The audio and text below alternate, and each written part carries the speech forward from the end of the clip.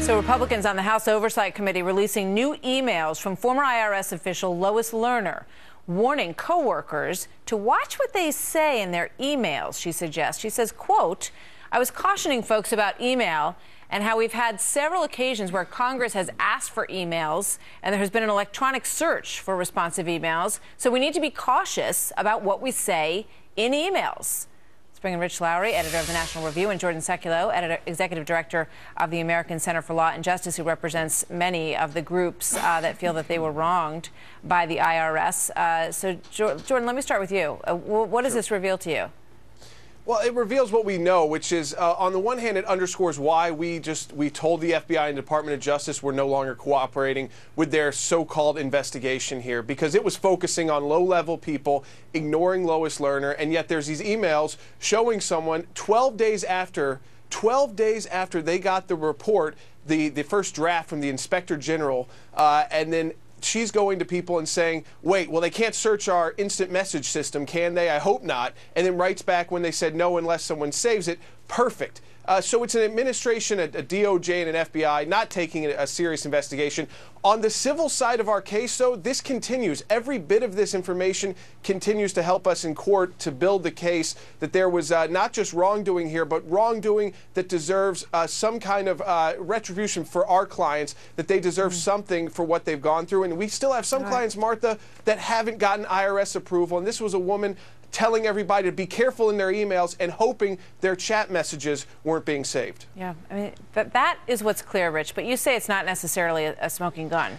Yeah, we can't draw any definitive conclusions from this, but it goes to, in what they call the law, a culpable state of mind. She was clearly worried about what she and others were saying over email, and worried about the possibility of Congress getting a hold of those emails. So it's just going to create more suspicion around this whole matter. And 75% of the public already thinks these emails were deliberately destroyed, and this makes it look even worse. The timing, as Jordan pointed out, is very interesting. It comes right after the initial IG report came out, and it comes right before Lois Lerner dropped that, sort of innocuous statement, saying that, at times that, there were certain groups that didn't get the tax-exempt status that they wanted, and she sort of let this thing open up, and she tried to do it on her own terms in that moment. Let's take a look at this, because it also goes to the instant messaging system that she and the other employees were working under. And here's her quote of what she said about that. Someone asked if OCS, which is their instant message service, conversations were also searchable.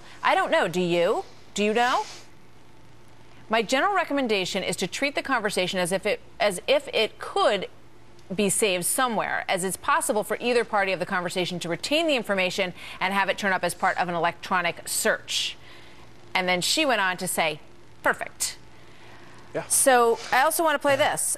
Jim Jordan questioning on this issue yesterday. Watch this. Lois Lerner's answer, perfect, is not to this lower box in red. It is to the last paragraph that says, my general recommendation, this is from Maria Hook, is to treat the conversation as if it could be or is being saved somewhere, as it is possible for either party or the conversation to retain the information. You expect us, and more importantly the American people, to believe that, perfect, now we know we need to save these. That is the most ridiculous interpretation. There was no one with any common sense who would reach that interpretation. Rich, what do you think? Well, even if you do go with that interpretation, again, it goes to her state of mind, which we have to be really careful about what we're saying to one another and treat all communications as though someone's going to get them.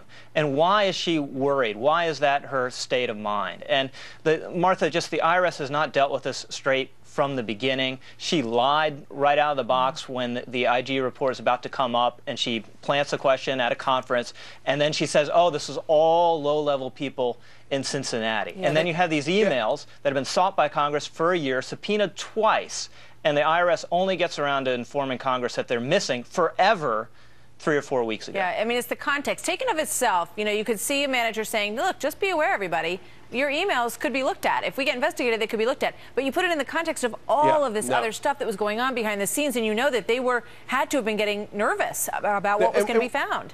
And we see, Martha, now the whole picture. And as Rich said, you have to be careful about culpability to an extent.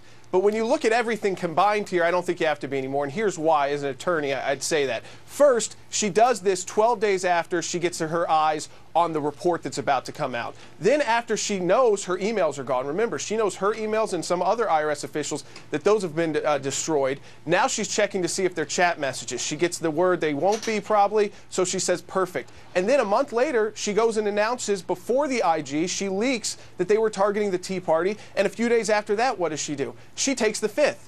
So this is someone making sure that her communications wouldn't get grabbed and then would not testify to Congress. That is about as culpable as it gets. If you did nothing wrong, you have no reason to worry about what's going to be found. Exactly. That's a fact. So, Rich, thank you very much. Jordan, thanks. Thanks, Martha. Always good to see you both. Thanks, Martha.